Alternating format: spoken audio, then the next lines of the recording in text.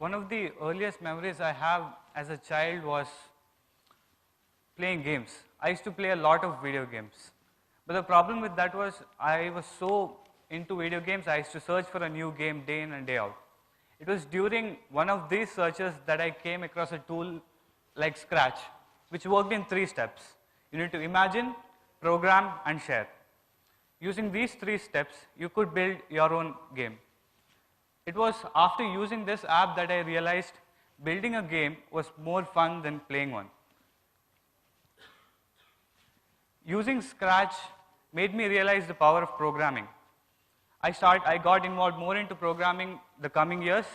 I started taking online documentation, referring YouTube tutorials for Android development, and finally taking open online courses from Coursera and edX for learning other computing platforms. From all this, I started to gain new experiences. One of the things that motivated me most was running my program successfully without an error, like most programmers. At the end of the day, this is how I used to feel. No syntax errors, okay, that's surprising. After many years, in my 9th grade, I started going into a new field of computer science, which is called as computer vision. Computer vision is a field of computer science that deals with making or analyzing data from video or images captured using a computer. It was in 2014 that Intel had announced the Intel Realsense challenge. I was in my 9th grade back then. It was a challenge put up by Intel to come up with innovative ways to use gesture recognition technology. I developed Interact, which is a tool which allows visually impaired users to control their computer without the need of a physical keyboard or a mouse. This came by because I had gone through various academic papers and about gesture recognition technologies, and I thought, why not make something for the visually impaired? I didn't expect anything to come out of this. I submitted it to the Intel Realsense challenge. After 4 to 5 months of inactive or no response from Intel, I got this mail suggesting that I had been selected as one of the finalists for the Intel Realsense challenge that year. This was the first time I realized that a tool I built at home for the visually impaired could make an actual positive impact on a person's life. This was one of the first moments I started to realize the power of solving problems at home. These 2 words was something I wasn't used to. Open sourcing. Open sourcing meant that I take my project, which I worked a lot on, and I put out the hardware and the software for free to other people so that they can modify it and use it for their own purposes. I was skeptical at first, but I truly understood the power of programming, open sourcing, only once I tried it. I open sourced a technology which allows you to control your computer like Tony Stark does. So this got many people interested, and I was able to get a wider reach than what I was able to receive before. This is a tool which allows you to control your lights at home using gestures. Both of these are fully open sourced on GitHub, and I realized the true power of open sourcing after open sourcing these 2 projects. I was able to get a wider reach, and I was able to interact with developers in a new way which I couldn't do before. Since then, I've open sourced more than 10 hardware projects on GitHub Instructables and Hackster, and through this I was able to get support from Intel, Microsoft and MediaTek, who provide free hardware to developers who open source their projects. Open sourcing, getting involved with the maker culture during my beginning of my 10th standard introduced me to a lot of innovation labs, research labs around the world. One of them that I was specifically interested was the MIT Media Lab in Boston. The MIT Media Lab is a heaven for a maker. It's a place where they come up with innovative solutions to real-world problems by using technologies in ways most people think are impossible. It was the next year After my 10th grade had finished, I was invited to work with MIT Media Lab in Maharashtra for finding solutions for real-world problems faced at large gatherings. The event was called the MIT Kumbhathon. Kumbhathon is a hackathon or a build-a-thon where developers from all over the world come, from all over India and from the world, the researchers come together and find solutions to problems faced at large gatherings. We worked on two problems specifically. They were QR code-based cashless payment system and a child tracking technology which allows us to track children who have potential to get lost in large gathering. Today, you can see cashless payments almost everywhere due to demonetization. But back then, it was still in its baby or infancy stage. Coming back from the event, I realized that curiosity is the stairway towards finding a solution. Till then, I had a common approach to programming. That was by learning algorithms, by finding out how things are done step by step. But after coming back from the workshop, I realized the right way to program is by asking questions. After coming back from the event, I was interested in two areas specifically. They were health and technology. I was figuring out what could be the intersection, what could be in the intersection, what can I find that is interesting in the intersection between health and technology. For this, I started looking back at my earlier days in school. Most of you might have a similar experience. It was in my 7th grade that I had first looked through a microscope during our biology class. But the problem was there was only one microscope and we all had to stand in a line to go and look through the microscope. But when I did get a chance to look through the microscope, the experience was amazing. It was something which I had never seen before. I was able to look at things from a new perspective. This is how I felt after looking through the microscope. Then I started thinking of this problem. The problem was current microscopes are bulky, they're expensive, and they're hard to use and maintain. So I discussed about this problem with my friend, Chaitanya.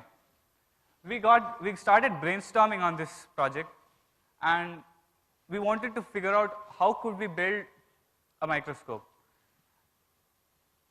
I was using the same approach. This was the first time I used the approach of asking questions. I asked, can I build a microscope at home?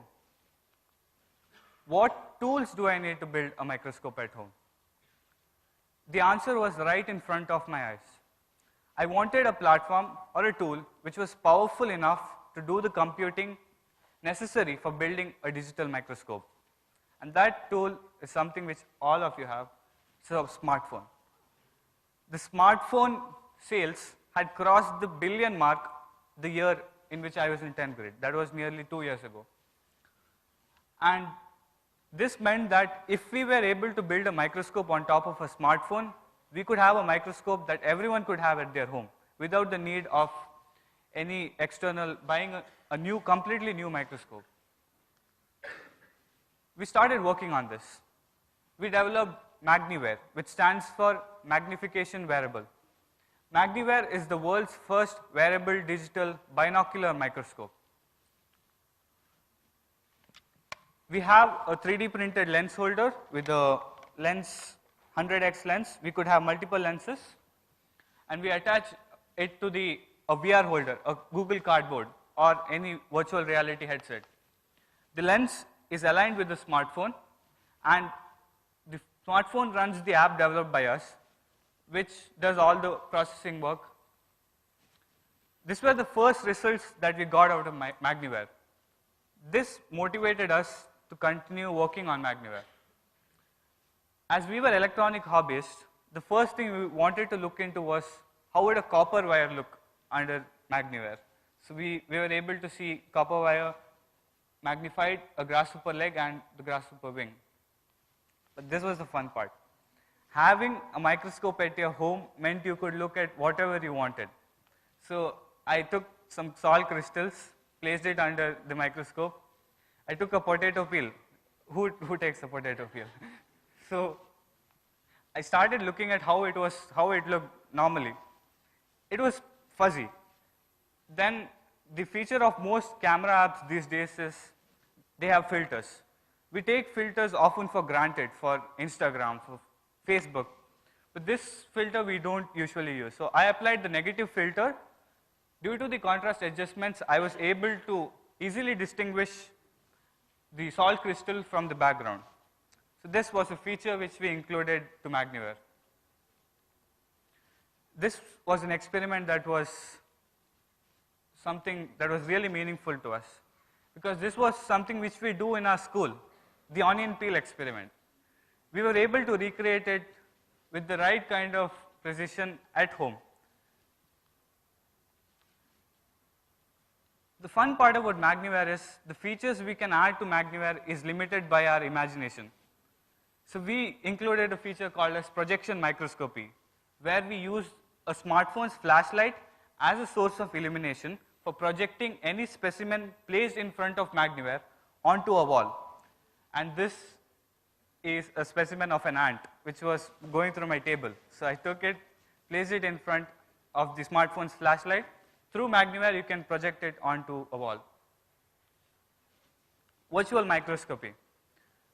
The problem with most microscopes in schools, or the inaccessibility of microscopes, is that the students don't have access to slides. Most schools don't have slides or microscopes. So we wanted to find a quick solution to this, and that is virtual microscopy. Virtual microscopy allows you to view a specimen in 360 degree, interact with it without the need of preparing a specimen or without the need of having any slides or a microscope. I would like to show a live demonstration of virtual microscopy right now.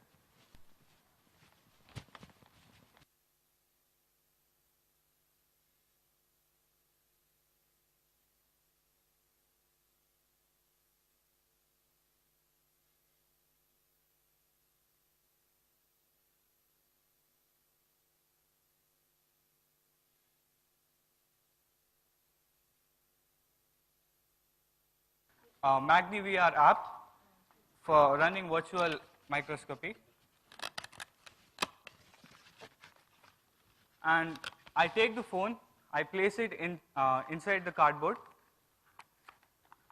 and I just wear it around my head. Now I'm able to look at the entire specimen in 360 degree, interact with it, and make my observations.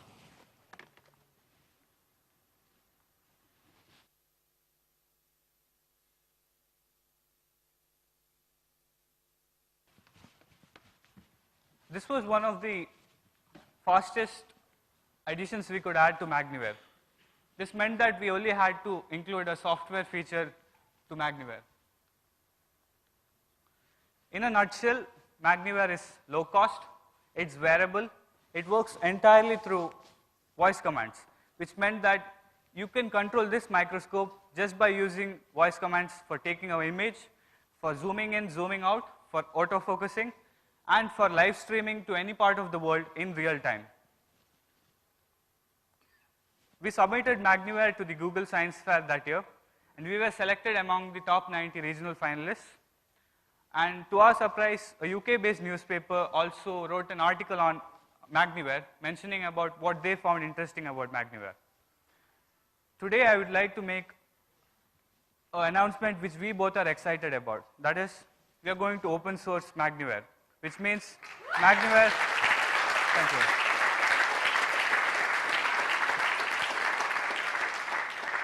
Magnifier is going to be completely free. Anyone in the world can take Magnifier, build it using the common materials, and make their own modifications to Magnifier. Since then, we both started working on a lot of projects, and one of them were a smartphone-based tool for vein imaging, which means that you can use your smartphone right now to image veins.